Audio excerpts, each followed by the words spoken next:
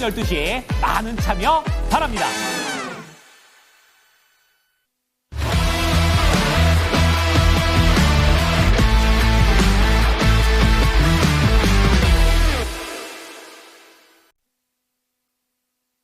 월요일자 양대 지수 1%에서 2%의 상승을 기록하고 있습니다. 기관 쪽에서 현물에 대한 매수를 보여주고 있고요. 개인이 팔고 있는 가운데 코스닥과 선물시장에서는 또 외국인의 매수세도 눈에 띄고 있는데요. 먼저 유가증권 시장부터 살펴보도록 하겠습니다. 오늘장의 특징은 종목으로 어떻게 나타나고 있을까요? 먼저 DS 단석 올라와 있습니다. 26.89%까지 상승하면서 54,500원 기록하고 있습니다. 첫 수소화 식물성 오일 전처리 공정 플랜트 준공식을 개최한다는 소식이 나왔는데요. 이 플랜트는 이런 식물성 오일, 수소화 식물성 오일, HVO 그리고 지속 가능 항공유 SAF 생산에 필수적인 소재를 만드는 그런 플랜트라고 보실 수가 있습니다. 지속 가능 항공유 원료 생산이 본격화된다는 기대감 나오게 되면서 DS 단석의 주가 오늘 급등하고 있고요. 일신석재가 24% 크게 상승하면서 오늘장 남북경협주 일부 종목의 강세 나타나고 있습니다. 배터리주의 저가 매수세도 눈에 띄고 있는데요. 지난주에 신저가를 기록했었던 금양 이 시각 13%까지 급등하면서 3만 원 선 돌파 3750원 기록하고 있습니다. 갤럭시아 SM 11%까지 상승세를 기록하고 있는 모습인데요. 한동훈 국민의힘 대표가 토큰증권 법제화를 추진한다는 소식이 나오면서 시간의 거래부터 STO 관련주 움직임 나타났었고요. 다이나믹 디자인 10%까지 상승을 기록하고 있습니다.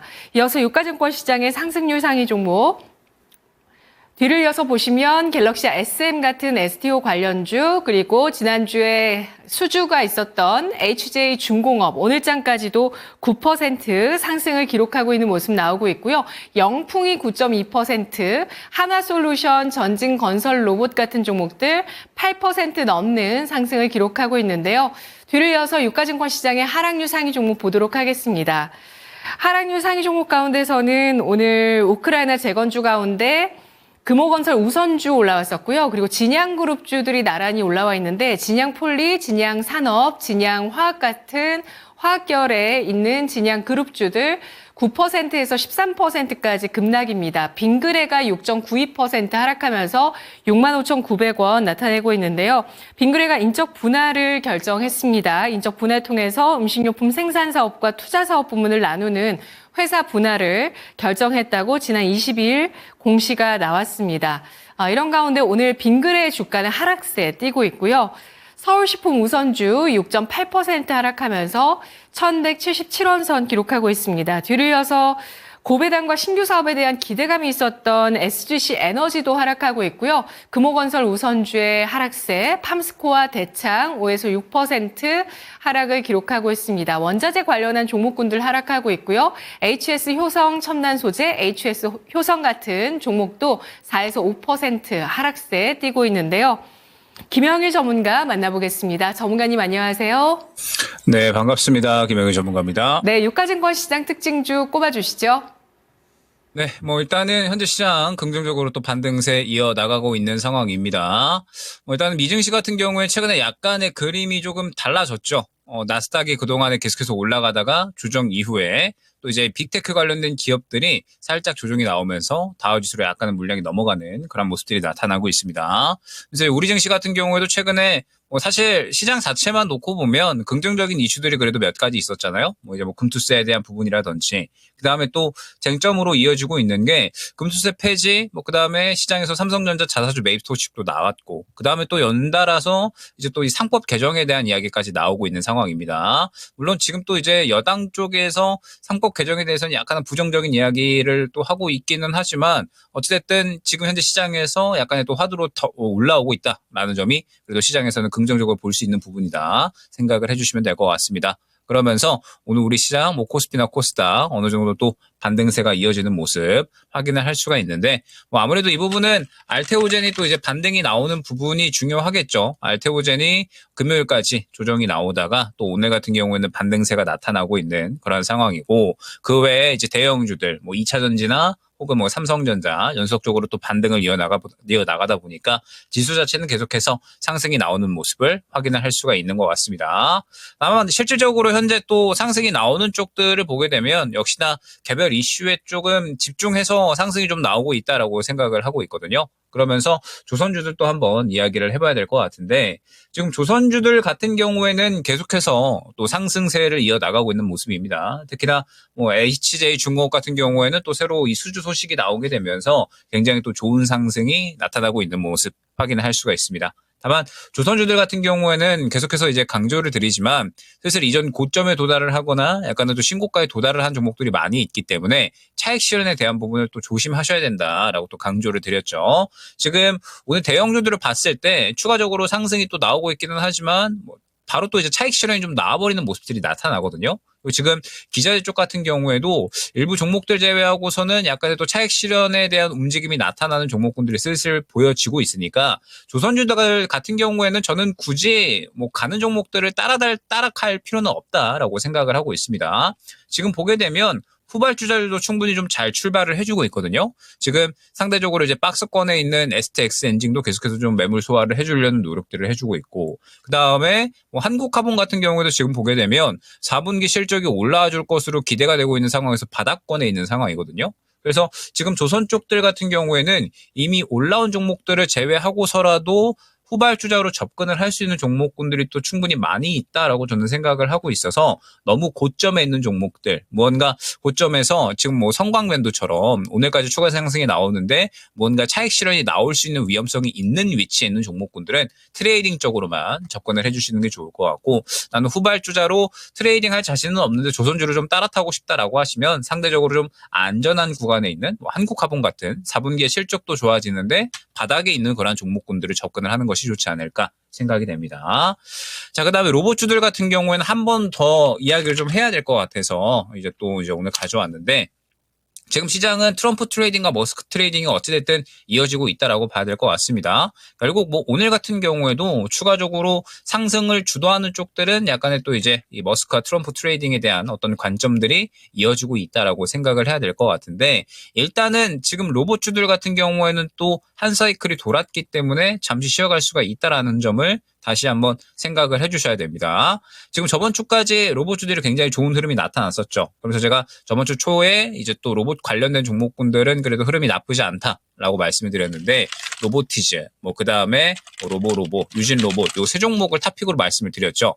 그런데 금요일 날의 움직임을 보게 되면 모두 다 금요일 날에 급등이 나오고 나서 약간의 또 차익 실현이 나와버리는 그림들이 그대로 나타났습니다. 즉 로봇주들 같은 경우에는 기대감이 한 차례 유입이 되고 한 차례 순환이 나온 다음에 지금 차익 실현이 또 급등 이후에 나온 상황이기 때문에 전체적으로 한 사이클이 돌았다라고 생각을 해야 되거든요. 지금 그때 탑픽으로 안내드렸던 종목들 제외하고 뭐 두산 로보틱스나 레인보우 로보틱스 뭐 이런 종목군들은 상대적으로 우리가 잘 알고 있지만 수급이 덜하게 들어갔기 때문에 탄력이 크게 나오지 않을 수가 있다라는 부분을 설명을 드렸었죠. 지금 현재 그대로 진행이 되고 있는 상황이기 때문에 로봇주들 같은 경우에는 한 사이클이 잠시 돌았고 다시 한번 머스크에 대한 수의 기대감이 나타날 때까지는 지금은 조금 보수적으로 봐야 되는 시점이 다시 돌아왔다라는 점 생각을 해주시면 될 것 같아요. 그러면서 지금 보게 되면은 또 이제 뭐 STO에 대한 이야기로 뭐 K옥션이나 갤럭시아 뭐 SM 뭐 이러한 종목군들 뭐 그다음에 지금 시장의 흐름을 보게 되면 저번 주에 상승이 나왔었던 종목군들에 대한 후발주자들이 또 추가적으로 상승이 이어지고 있는 상황인 것 같거든요. 그렇기 때문에 지금 상황에서는 여전히 개별주 쪽에서 트럼프와 머스크 트레이딩이 상승을 이어나가고 있다. 다만 무언가 크게 상승이 나온 종목들보다는 또 이제 뒤이어서 상승이 나올 수 있는 종목 쪽에 집중을 해보자 말씀을 드려보도록 하겠습니다. 네, 로봇주, 머스크 트레이딩 종목들 한 사이클 돌았기 때문에 지금부터는 좀 주의가 필요하다라는 의견 제시를 해주셨고요. 조선주는 무리하게 잘 가는 종목을 추경 매수하기보다는 후발주자에 대한 공략이 유리하다라는 의견 제시하면서 한국화본이나 STX 엔진 등의 종목들 거론해 주셨습니다. 오늘 유가증권 시장 종목들 봤고요.